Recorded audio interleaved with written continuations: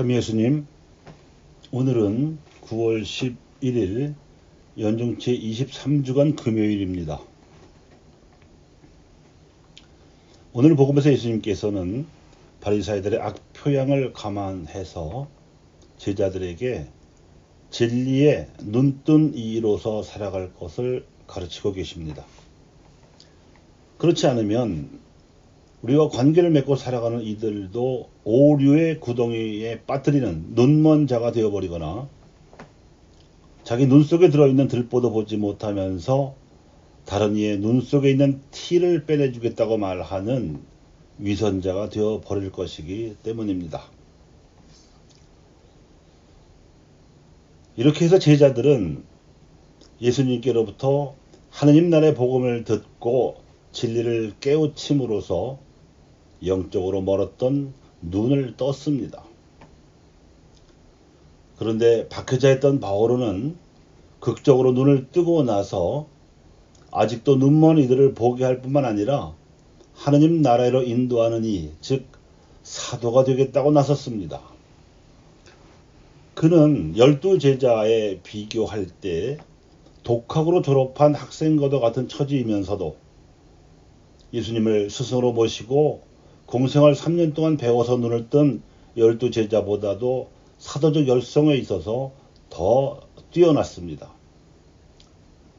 비주류로서 그는 에페소 감옥에 갇혀있는 동안 주류 사도들이 보낸 사람들이 갈라티아에 흩어진 공동체들을 찾아가서 이방인 출신 교우들에게 가한 소행을 전해 듣고 몹시 분노해서 갈라티아 편지를 쓰기는 했습니다만 율법이 아니라 믿음으로 구원받을 수 있다는 자신의 깨달음을 방어하려 했을 뿐 주류 사도들이나 그들이 보낸 얼치기 율법주의자들을 비난하지는 않았습니다.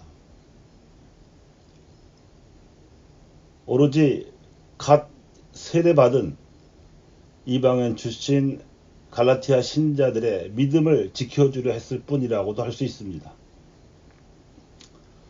또한 그는 주류 출신의 12제자들 중 그 어느 누구에게도 못지않게 율법에 해박했으며 율법을 지키는 일에도 열성적이었고 베냐민 지파 출신의 정통 유다인 혈통인데 대해 강한 자부심을 지니고 있었음에도 불구하고 주류 사도들이 할례받은 유다인들에게 복음을 전하려 한다는 것을 알고는 기꺼이 할례받지 못한 이방인들, 그 중에서도 보잘것없는 이방인들에게 복음을 전하는 사도가 되기를 주저하지 않았습니다.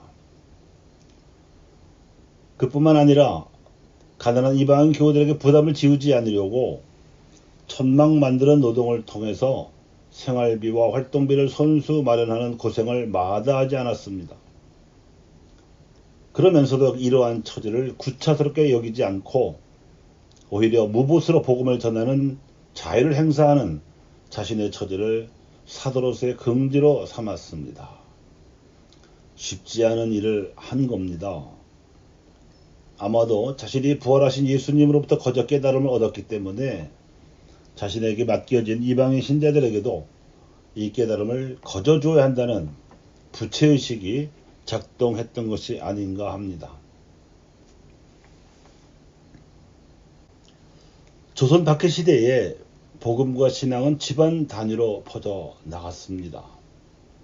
외국인 선교사도 없었고 방인 성직자도 아직 없었던 그 시절에 교우촌의 교우들에게 신앙을 심어주어 영적인 눈을 뜨게 하고 복음을 깨닫게 해서 외교인들까지 입교시키게 만든 주역들은 민중 출신 교우들 자신이었습니다. 당시 조선의 백성들은 양반 지배층의 수탈 때문에 가난을 면치 못하고 있었고 그래서 그런 지옥스러운 현실을 벗어나고자 하는 열망이 클 수밖에 없었으므로 이 덕분에 천주교를 통한 복음을 받아들일 수 있는 정신적 토양이 역설적으로 그리고 결과적으로 비옥한 편이었습니다. 19세기 중반이었던 그 당시 신자들은 천주교를 믿으면 천당에 오른다는 내세 지향적인 동기, 그리고 병을 치료하기 위한 동기, 그리고 우수한 서양 학문을 배우려는 동기, 또 경제적으로 이득을 얻기 위한 동기 등등으로 입교했습니다. 그런데 이 중에서 내세지향적인 동기로 입교하는 경우가 가장 많았는데, 특히 남성 중심의 조선 사회에서 차별받던 여성 신자들에게 그 비율이 높았고, 그들은 배교하는 비율도 제일 낮았으므로 시성된 순교자 명단에서도 보시면 그 수가 압도적으로 많습니다. 아마 남성 명단보다 3배 이상 될 겁니다. 그런데 이런 교우들에게 신앙의 확신을 유지시켜 주고 외교인들에게도 권면할 수 있는 정치적 수단이 주어져 있었습니다. 제사금지령 이후에 떨어져 나간 양반 출신 신자들도 많았지만, 남은 양반 출신 신자들은 한문을 이해할 수 없었던 천민 출신 신자들을 위해서 한역 서학서들을 한글로 번역하거나 특히 민중의 언어인 언문체로까지 번역해서 필사하는 노력을 기울였습니다. 각종 기도문이나 성인전을 비롯한 신심서적들과 사사주의 천주 가사들이 박해시대 교우철의 신자들을 정신적으로 무장시킬 수 있었던 수단이었습니다.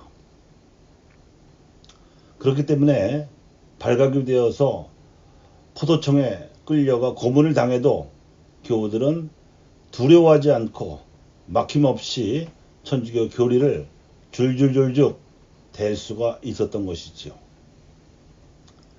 그들은 평소에 아침 저녁으로 가족이 모여서 기도를 거르지 않았고, 주일이면 공소에 한데 모여서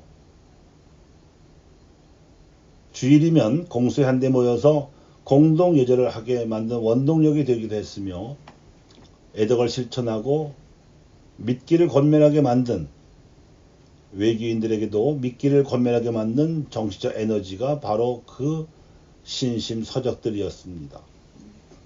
이는 눈뜬 이가 믿는 이들을 잘 인도한 경우로 할 것이고, 이런 무명의 사도들 덕분에 100년의 박해를 견뎌낼 수 있는 정신 풍토가 조성이 되었습니다. 교우 여러분, 코로나 바이러스 사태로 정상적인 종교 생활이 어려워진 지금이 눈뜬 이들로 하여금 가족이나 신자들을 눈멀지 않도록 인도해야 할 절호의 기회일 수 있습니다. 박해를 당해도 또 죽임의 위협을 당해도 온갖 기회와 재산을 기꺼이 포기하고 심산유곡으로 찾아 들어가서 교우전을 이룩하면서까지 신앙 진리를 지키고자 애썼던 신앙 선조들의 지혜와 용기를 본받아야 할 때입니다. 감사합니다.